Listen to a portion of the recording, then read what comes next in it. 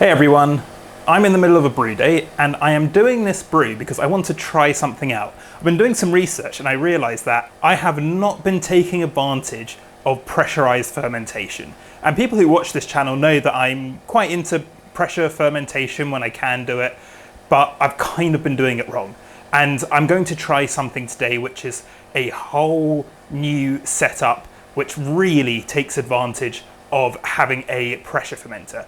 I've got myself a new one. I've got myself the Apollo 30 litre snub nose fermenter. And the reason I've gone for that one is because, not just because we sell it, but also because the price point for what it offers is actually really good. Similar to the chubby fermenter, which I have already shown on this channel, and there are videos on that. It also has a thermo well, so you can put the temperature probe like into the liquid pretty much. And it's also got a dry hop port, which I'm going to make use of.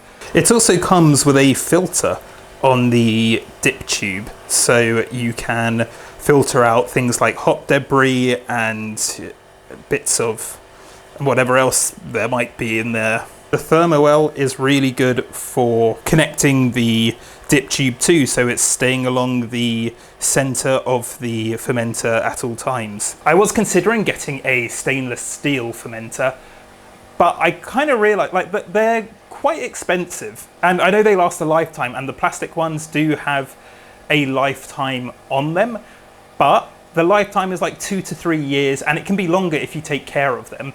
And I kind of worked out that I would need to use a stainless steel fermenter for about, I think it was about 6 years before I start to see my return on investment. I don't know what I'm going to be doing in 6 years, so I thought I would stick with plastic ones. The beer that I'm making today is a coffee vanilla stout.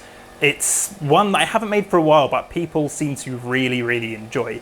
And with this beer, I'm going to use the fermenter to its fullest, and I'm also going to take advantage of a pressure fermentation setup, which involves closed loop transfers and storing CO2 that I can use later.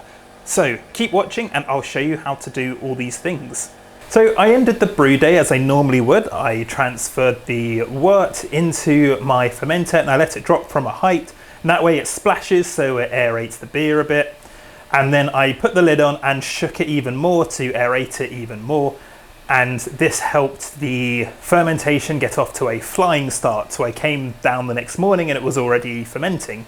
And I knew that because I attached a spunding valve, and I attached this and set the spunding valve to 12 to 15 psi. I didn't top it up with CO2, I just wanted to let the CO2 naturally build up, because it really doesn't take that long to do, and whilst this will curb quite a lot of the esters, it won't curb them all, and I'm not too bothered, like they're not really going to come through in a beer with such strong flavours otherwise. I then put a tube on the out of my spunding valve and attached it to a keg. This is a small 10 litre keg, and put a spunding valve on that one as well, set to similar, like 12 to 15 psi.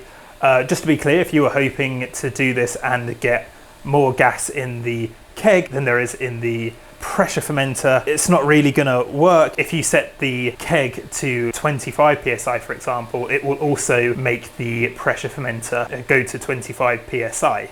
The reason I have two is just for safety in case one fails. And I collected the gas in this keg. I then got time to basically dry hop the beer with the adjuncts, which was a vanilla pod, which I cut open, because if you're using vanilla in beer, I would really recommend using pods. Cut them open, and so all the kind of goo inside the pod is open to the beer. Some people say to make a tincture with it, but I actually just throw them straight in. I've done this a few times and I've never had any issues. So I depressurized it first, just to be clear.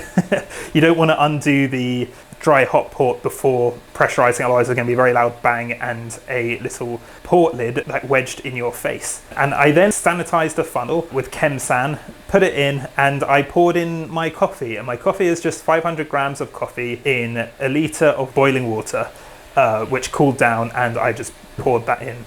I then closed the port back up, and using the gas that I had stored in the keg, I repressurized the Apollo fermenter by saving gas. I didn't need to use my CO2 tank. And I then reconnected it back up because there was still some fermentation going on, so I managed to capture some of the CO2 that was still being produced.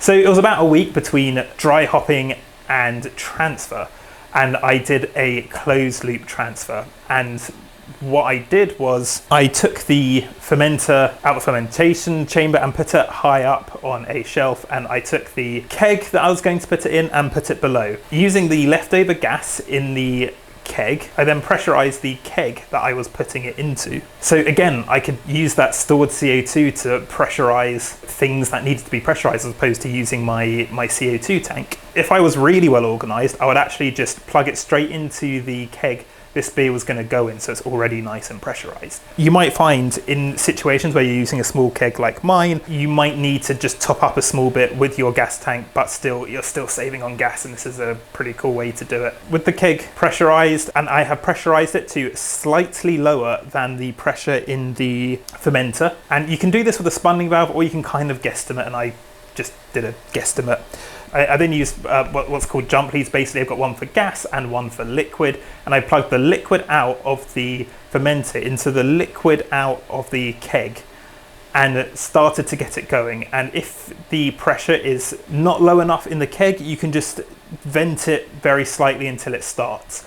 And then once it starts flowing, after a while, a small bit of time, plug the gas in on the keg into the gas in of the fermenter. And what's going to happen is it's going to transfer, it's basically going to siphon from the fermenter into the keg, and as liquid goes in, gas gets pushed back out into the fermenter. And so you've got a closed loop. There's no oxygen getting in, and it's just a nice CO2 cap over the beer as it transfers. Now, it's interesting because like a stout isn't really a beer known for being oxidized, but actually all beers can be oxidized and it can ruin the flavor. I've waited a few days before I poured it and made this video because I wanted to see if there was any of those off flavors associated with oxygen coming through. I can't detect any. Now, it might take longer than 3 days or so for them to come up, but usually you can start to taste very faint hints of things like cardboard or green apple. So I've got the beer here, and I did have some directly after it was transferred, and it was still nice and carbonated, and it had a nice head on it, but I've just been standing here talking and filming, so it's kind of dissipated by now. But it's really nice. It tastes really fresh. The flavors are really punchy, getting a lot of vanilla and a lot of coffee and a lot of other flavors from the adjunct malts of this stout. I'm going to put a full recipe below. If you don't do pressure fermentation, then do subscribe, because I'm also going to come up with regular fermentation tips and tricks as well. Again, around sort of storing CO2, so when you cold crash, you're not pulling loads of oxygen onto the top of your beer, and ways you can control fermentation temperature without a fermentation chamber. So if you're just interested in some fun homebrew videos, then yeah, do subscribe. Comment below to let me know if you try this and how it works for you, and if you've got any tips or tricks you want to add for pressure fermentations. Anyway, thanks so much for watching.